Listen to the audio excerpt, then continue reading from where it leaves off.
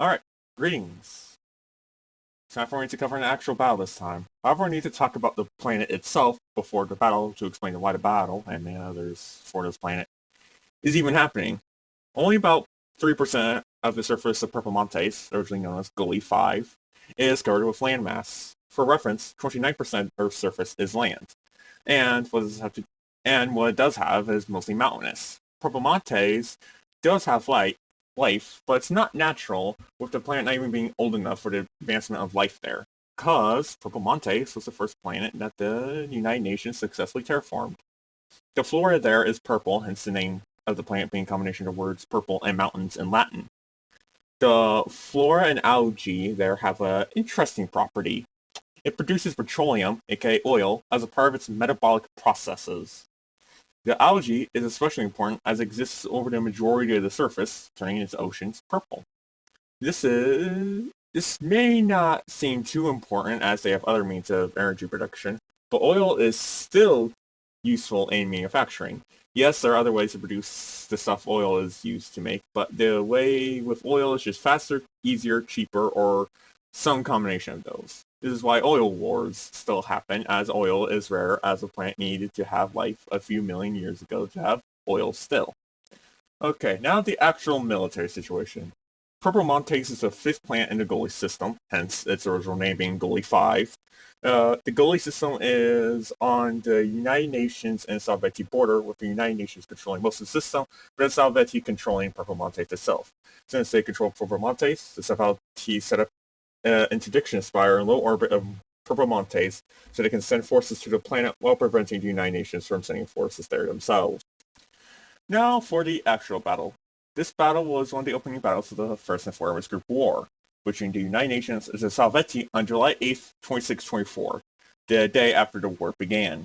Stationed at the planet was 12 Yürüyüşçü class corvettes and 3 Durdurulamaz class battleships, and 3 battle groups of 4 corvettes and 1 battleship. Meanwhile, the United Nations force consisted of 8 Europie class frigates, 2 Skrymir class battleships, and 3 Oberon class stealth frigates, with 4 Europies and Skrymir being in a battle group.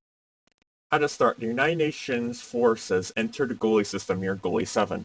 The Oberon class frigates they moved towards Purpumontes while maintaining low observability.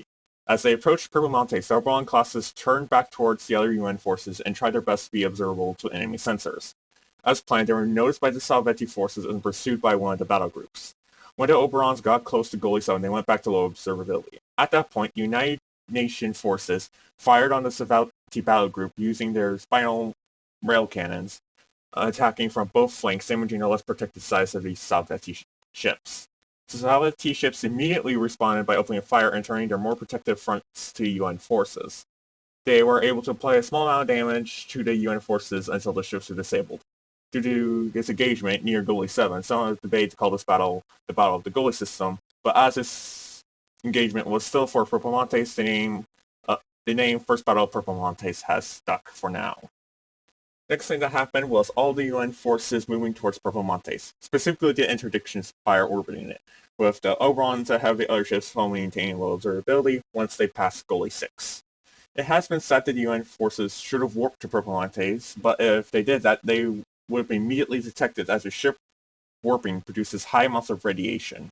Although the Salveti knew the UN ships were in the system due to losing communications with the defeated battle group, where the UN forces were at this time was unknown to the Salveti. The Salveti forces remained at the Interdiction Spire to protect it in case of an attack. Around an hour after disabling the Salveti battle group, the 3 Oberons arrived near the spire and fired at it with their spinal railguns to try to disable it. Although the spire was heavily damaged, it was still working.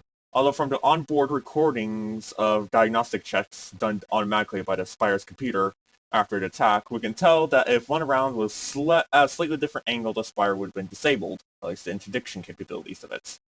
Once the Oberons were being fired upon, they left as fast as they could. Thankfully, the other UN forces arrived at this time. The Salveti forces were focused on the Oberons and barely detected the other UN ships. Once they realized that the other ships were the threat, they turned their focus on them. This was a tough engagement. While UN and Salveti ships are roughly equal. The UN ships are already taking damage. Note is that while this was a tough engagement, it didn't take hours. The longest battle ever was 6 hours, but that's under special circumstances. This one was about 51 minutes long on an automatic damage report, based on automatic damage reports on this ship. Roughly 5 minutes into the engagement, the Oberons turned back to attack the Spire again. However, the Spire's weapons detected the Oberons this time and fired back. Two of the Oberons turned back immediately, while the third one, the UNS Eternal Shadow, captained by Nahidi Kovach, continued and fired upon the Spire with all available weapons, and was able to take out the Spire's last reactors before turning back. Now the Spire was running on batteries and would shut down in about an hour. The crew of the Spire put on spacesuits and shut down all life support systems, weapons, scanners, and computers not vital to maintain the function of the interdiction field, until the reinforcements could arrive at least. Bad thing for the UN, reinforcements arrived. Good thing, it was one Durdurulamaz class battleship and 4 Defans class frigates. There was another bad thing though. While the Salveti ships that weren't a part of the reinforcements were disabled, many UN ships were also disabled, with only 5 Europie class frigates and 1 Skrymir class battleship, and 3 Oberon class stealth frigates, of course, with all of the ones that weren't Oberons being lightly to heavily damaged. Most of the crew and command on UN ships didn't expect to win another engagement. However, Nahidi Kovach, in command of the UNS Eternal Shadow, made a daring move. He made his ship approach the Durdurulamaz class and fire at it. It is unknown what he was trying to do, as he died when the Durdurulamaz class and the Defans classes returned fire. Nahidi was awarded an already Union Star of Valor. He wasn't going to a real one as he died. Whatever his goal was, the battleship lost many of its primary engines, so it wouldn't be as effective in battle. Soon after this, the Salveti ships opened communications to UN forces and promised that if they could evacuate the crew of the Spire, they would leave and surrender Purpumontes to UN forces. UN forces accepted and allowed for the Spire to be evacuated, and, as promised, the Salveti ships then left. Further communications between UN and Salveti diplomats allowed for the Salveti forces and crew on the planet to be evacuated by the Salveti under watch by UN ships. After the battle, the Spire was deorbited, where it crashed into the vast oceans of Purpumontes. This was a relatively bloodless battle compared to what would happen later in the First and Foremost Group War.